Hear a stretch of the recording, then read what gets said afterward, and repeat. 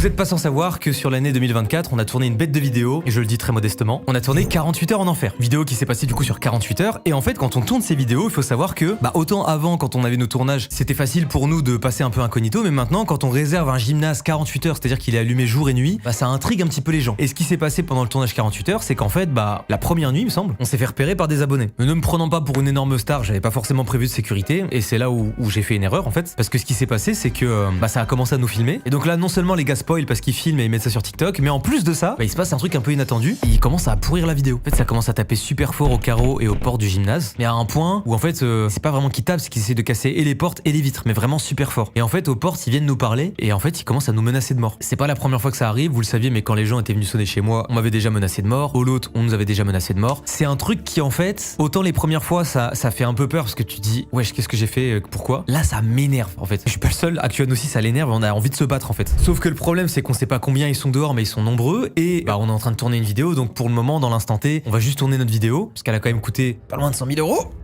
Et parce que c'est pas le but de rentrer dans leur jeu, seulement ils tapent fort quoi. Et en fait on commence à se dire, mais imagine ils pètent une vitre, on doit couper la vidéo et y a pas de vidéo, tu vois. Et en fait ils ont fait ça toute la nuit, et ils sont revenus le lendemain après-midi, et nous on a essayé de tourner tant bien que mal. C'était trop chiant, et comme ils étaient de plus en plus nombreux, parce que du coup après le mot se passe et les gens disent ils sont en train de tourner là-bas et tout, ce qui s'est passé c'est que on a été obligé d'appeler de la sécurité, et pour se faire évacuer à la fin de cette vidéo on a dû partir en fourgonnette. Tout ça est filmé, il y a des rushs de quand on a des menaces de mort et tout, je vous montre tout en fin de vidéo, à moins que ce soit l'anecdote fausse.